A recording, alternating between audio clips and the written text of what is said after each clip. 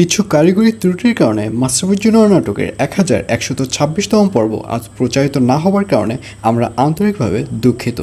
এই ভিডিওতে জানিয়ে দেওয়া হবে মাশরাফি জুনিয়র নাটকের 1126তম পর্ব কবে প্রচারিত হবে। হোয়াটসঅ্যাপ গাইস, সবার কি অবস্থা? হাজির হয়ে গেলাম দীপ্ত টিভি নিবেদিত মাশরাফি জুনিয়র নাটকের 1126তম পর্ব কবে প্রচারিত হবে এবং এই পর্বে কী সব ঘটতে চলছে তার অগ্রিম খবর নিয়ে। অলরাইট, এই পর্বটি আসলে কেউ মিস করবেন না, কারণ এই পর্বে আপনারা দেখতে পারবেন নাহিদ যে আলিয়ার ভাই নয়, নাহিদ হচ্ছে যে আলিয়ার হাজব্যান্ড। সেটা এবার খুব ভালো করেই দিলারা এবং আয়ান বুঝতে পারবে।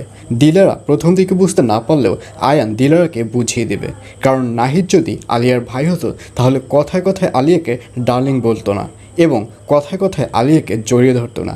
এইসব গেস করবে আয়ান, এবং আয়ান এক পর্যায়ে খুব ভালো করেই বুঝতে পারবে যে নাহিদ হচ্ছে আলিয়ার হাজব্যান্ড। আর এই সুযোগটাকেই কাজে লাগাবে আয়ান। এই সুযোগেই আয়ান আলিয়াকে এই বাড়ির যে সম্পত্তিতে ভাগ চেয়েছে আলিয়া, সেই ভাগ থেকে আলিয়াকে বঞ্চিত করবে। আলিয়াকে বলবে, আপনি যেহেতু দ্বিতীয় বিয়ে করেছেন আপনি এই বাড়ির কোনো সম্পত্তির ভাগই পাবেন না। আপনি যদি বিয়ে না করতেন সেক্ষেত্রে আলাদা কথা থাকতো। এই বলে আলিয়াকে সকল সম্পত্তি থেকে বের করে দেবে এবং এই বাড়ি থেকেই বের করে দেবে। আর অন্যদিকে চাকলাদার সাহেব তাদের ব্যবহারে বাড়ি থেকে চলে গেলে আলিয়াকে দেখা যাবে সে হাল ছাড়বে না। আলিয়া সুযোগ খুঁজবে, অর্থাৎ আয়ান যে লোকটিকে বাড়িটি বিক্রি করার জন্য নিয়ে আসবে, ওই লোকটির সাথে যদি দাম দরে না মিলে তাহলে চাকলাদার সাহেবকে আবারও বাড়িতে নিয়ে আসবে আলিয়া এবং এক পর্যায়ে জোর করেই 1 কোটি টাকায় বাড়িটি বিক্রি করে দেওয়ার সিদ্ধান্ত নেবে আলিয়া।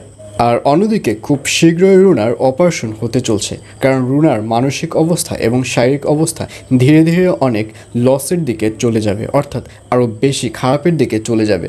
আর এর জন্য ডক্টর সাহেব আয়নকে সাজেশন দিবে যত তাড়াতাড়ি সম্ভব অপারেশনটি যেন করে ফেলে।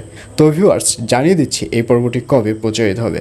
আসলে মাশরাফি জুনিয়র নাটকের 1126তম পর্ব আজ প্রচারিত হওয়ার কথা ছিল, কিন্তু এটি আজ প্রচারিত না হয়ে এটি প্রচারিত হবে আগামীকাল 4 তারিখ, অর্থাৎ 4 সেপ্টেম্বর বুধবার রাত 9টার সময় শুধুমাত্র দীপ্ত টিভি ইউটিউব চ্যানেলে।